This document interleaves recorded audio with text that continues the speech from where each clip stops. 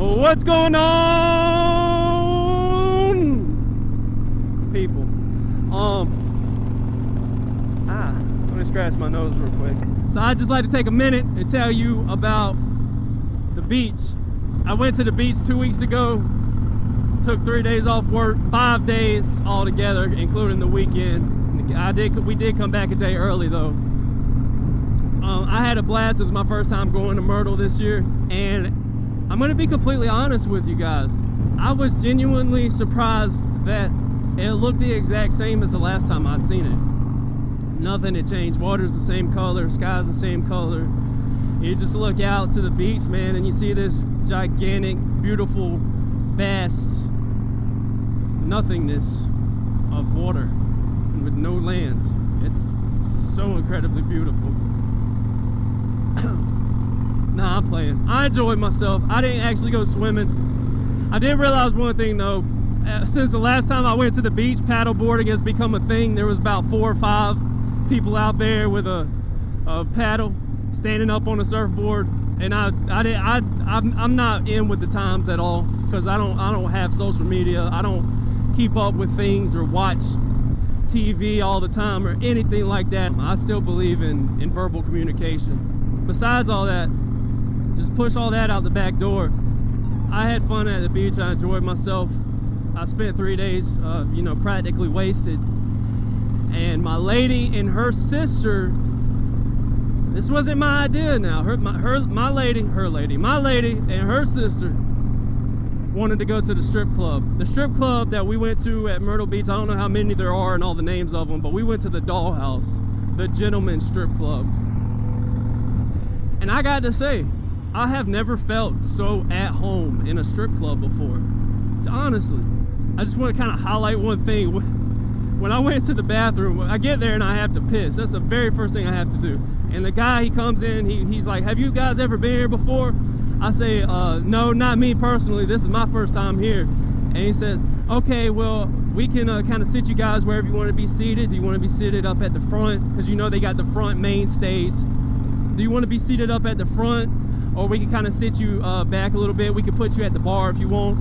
And I had to piss. I was just like, just kind of sit us wherever we can just kind of all sit together. He was like, oh yeah, that'll be no problem. So he goes and he arranges our seats and everything. I said, where's the bathroom? I'm headed into the bathroom and I open the door, and what do I see? I don't know what I see, because I don't know the term for what I'm seeing. Let me describe it to you. He's a guy standing there in a tuxedo. He's in a full suit, but he's got his vest on and not his jacket. He's got his big fat cigar in his mouth. The bathroom's smoked out. There's some music playing, and he's holding a roll of paper towels. And as people are coming out of the bathroom and washing their hands, he's handing out paper towels. I have never in my life been to a place where they had one of those guys there, and it was so amazing to me. And the first time I've ever seen that was at a strip club. So I thought that was pretty unique, and just that, I had fun the whole night, but just that one specific part made the whole night for me. The only thing I can honestly say I miss about riding a sport bike or a more upright bike is the ground clearance. Don't get me wrong, like sitting low on a bike feels great. You feel like you have more stability. It's easier to put your feet on the ground. And when your feet are on the ground, they feel more planted and not like you're having to stretch or tiptoe. You know, the ground's right there. And it also makes you feel more secure because the ground is closer to you. Although in reality, you're gonna get messed up either way if you come off that motorcycle. You're getting messed up unless you're getting off of it from a parked position. But I miss being higher up from the ground so I can lean more into my turns. And don't get me wrong, as far as riding a Harley goes, the Sportster actually, you can really lean into a corner on a Sportster, but not nearly as much as you want to. If I had to gripe about anything, that would be the main thing. I used to look forward to getting up and getting on my XJ and going to hit up some twisties.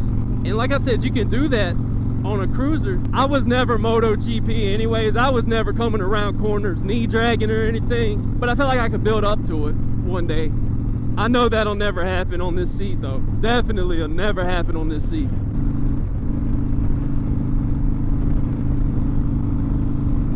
There you go, I got some bike love finally. That's what I'm talking about.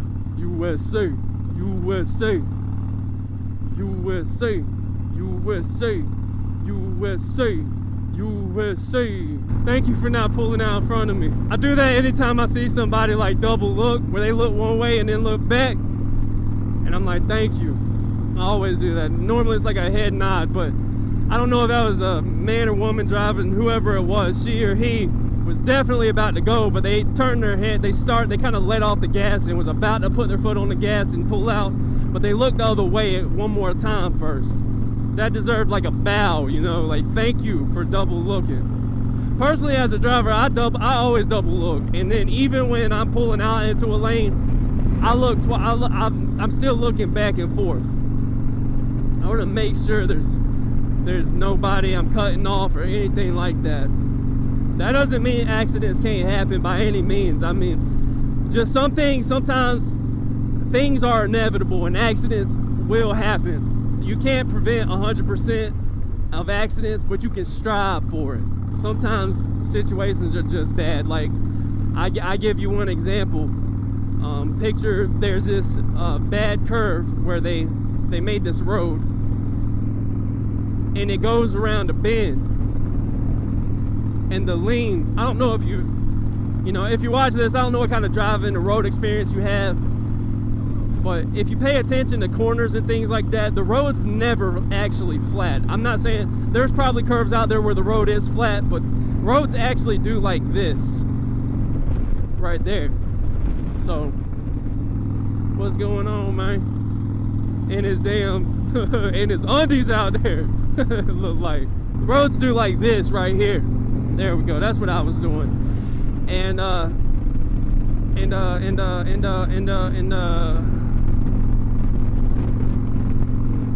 But sometimes roads aren't formed perfectly, and there's rises in them. And if a road's curving around this way and it's up like this, and there's a little rise in it, that creates a potential hazard for bigger trucks to tip over. Anywhere from like lifted SUVs or regular SUVs and trucks to lifted trucks to big trucks, from like Class B to Class A vehicles.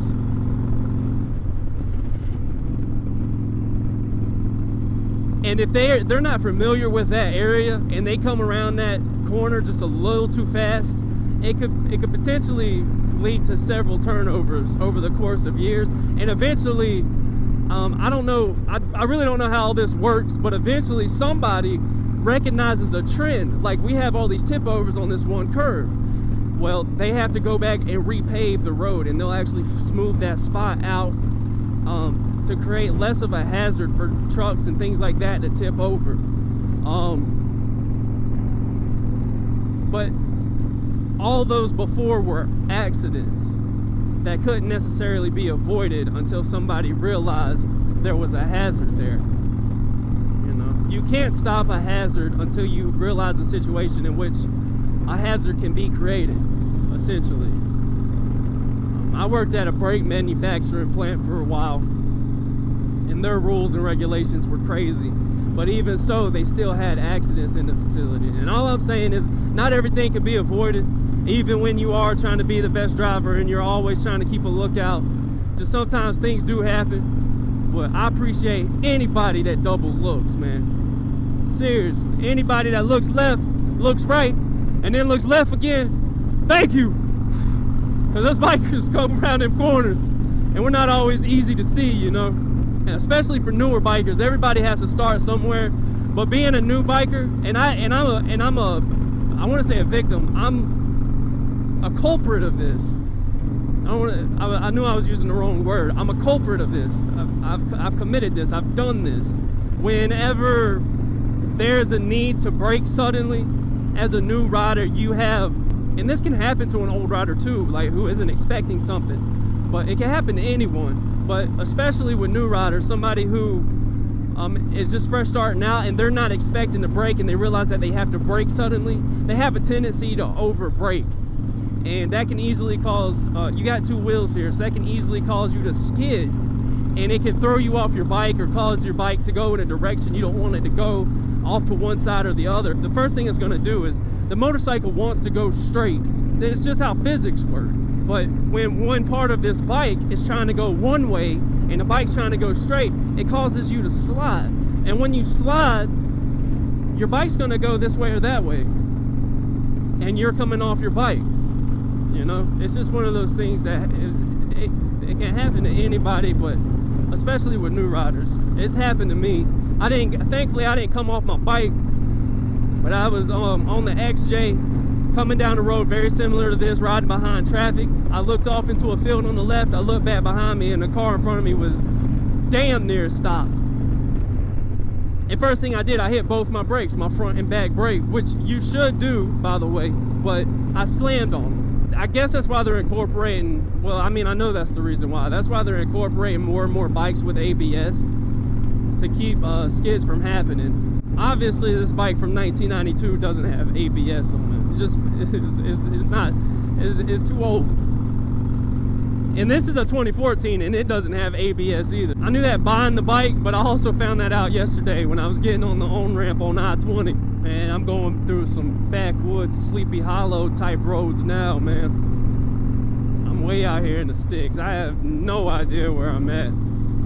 I was told you can't get lost on a Harley, so we'll see. But anyways, I'm gonna keep this motovlog short. Thanks for watching, and I'll catch you next time. Subscribe, and like this stuff if you like this stuff. Thumbs up if you thumbs up this stuff. West Virginia, mountain mama, take me home. Country roads, all my memories gather round her.